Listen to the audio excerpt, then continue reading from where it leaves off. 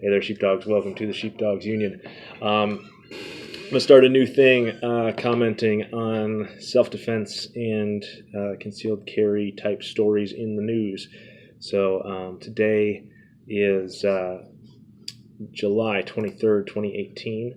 And right now I think everybody's talking about the shooting in Florida that doesn't look like it was a clean shoot, even though the guy they ruled it self-defense. It doesn't look like self-defense from the video, but that's what the hearing resulted in. There's most of the news stories are calling it a stand your ground situation, but the stand your ground law didn't really come into play in this case. But it's something I heard somebody say that it's connected to the name of the hearing that there's like a board that reviews the cases, and that stand your ground is in the name, and that's how the misinformation got out there. But stand your ground is not actually a feature of that case. But everybody's commenting on that, so if you're interested in that, there's 100 other people talking about it. Story that's not being talked about is a case out of York, Pennsylvania. And this is a bad story, but there's still lessons we can learn from it. So a 24-year-old new dad, one kid named Chad Merrill, was killed proximate to intervening in a third-party argument in a bar. So basically, the story is that there was a drunk idiot who was harassing some black patrons at a bar with racial epithets and such, and the bystander, Chad Merrill, kind of decided to confront the guy. The two guys that he was, I think it was two, that he was harassing were just kind of trying to ignore him. But this Chad Merrill decided to kind of step in and, confront the guy, tell him to shut up, etc. There's not a whole lot of details in that moment, but shortly thereafter, the drunk idiot was kicked out of the bar. His name, I didn't copy.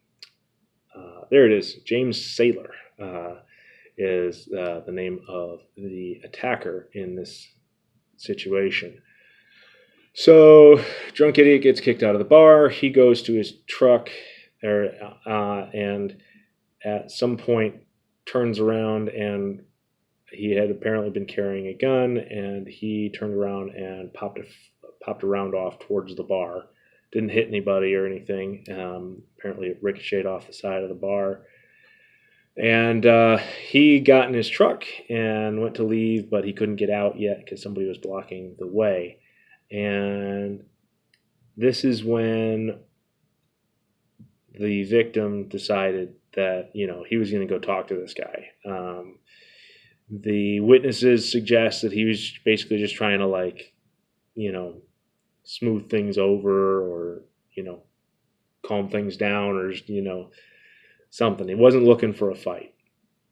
But basically he got to within a few feet of the bad guy's truck, and the bad guy picked his gun back up and shot him. And one round to the chest. The news story said it was a 45, but it's the mainstream media, so I don't know that they know the difference between a 45 and a 22. But the news report is that Chad Merrill did die. And so when the police arrested Mr. Saylor, they say that he did not seem to have remembered the incident. So they asked him if he had a gun. He said, "Oh yeah, it's right over here." And he went and got it for them and showed them. And there was blood on his car and everything. So either he's not all there, or he was so drunk at the time that he did not remember the incident. The latter is probably more likely. So what can we learn from this? I think number one is be really careful about intervening in third-party incidents. If there's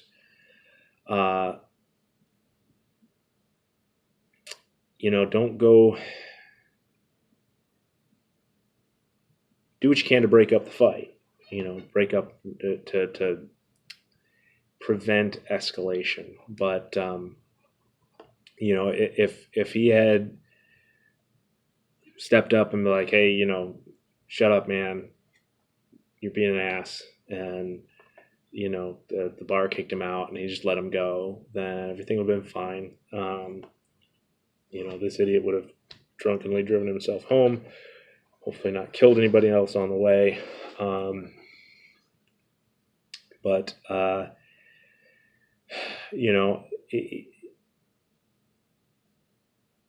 don't know why he thought it was his problem to solve. If there's some idiot in a bar yelling racial epithets at people, like, he leaves, I'm just going to be glad he left. I'm not going to go after him, try to talk some sense into him. That doesn't sound like a good idea. I don't know. Maybe he was going to check and make sure that he wasn't driving drunk, because apparently he was that drunk. I don't know. I don't know what his thought process was, but you got to be real careful about this sort of thing. You're approaching somebody who's been aggressive. At this point, I have a hard time. He had already fired a round, and I don't know if it was a loud bar, but generally you'd hear that. So that's something to say is try to be alert in that kind of situation, because if he'd heard the gunshot and known, oh, hey, that's a gunshot, maybe now is not the time to go talk to the cranky drunk guy. Maybe now is not the time to confront the cranky drunk racist, when you just heard a gunshot.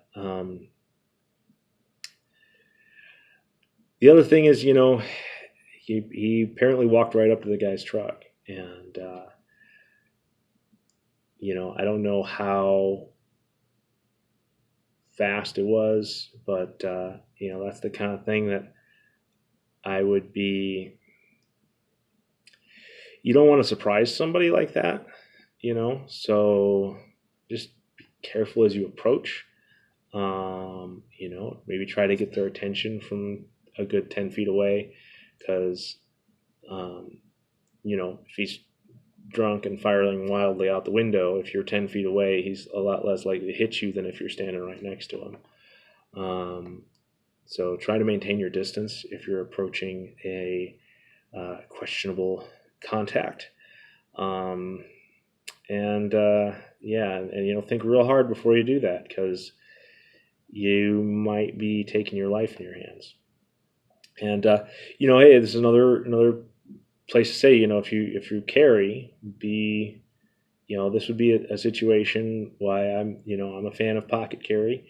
If I'm walking up to somebody in situations at all questionable, I put my hands in my pockets and I got my hand on my gun, and I can, from that position, I can draw and fire as fast as I could raise it from the low ready.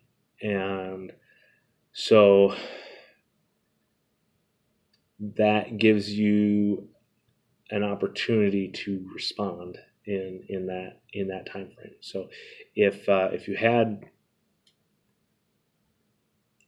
you go through that decision tree and you say, hey, you know what, I'm gonna go up to this guy and I'm gonna talk to him. Try to get his attention from a distance.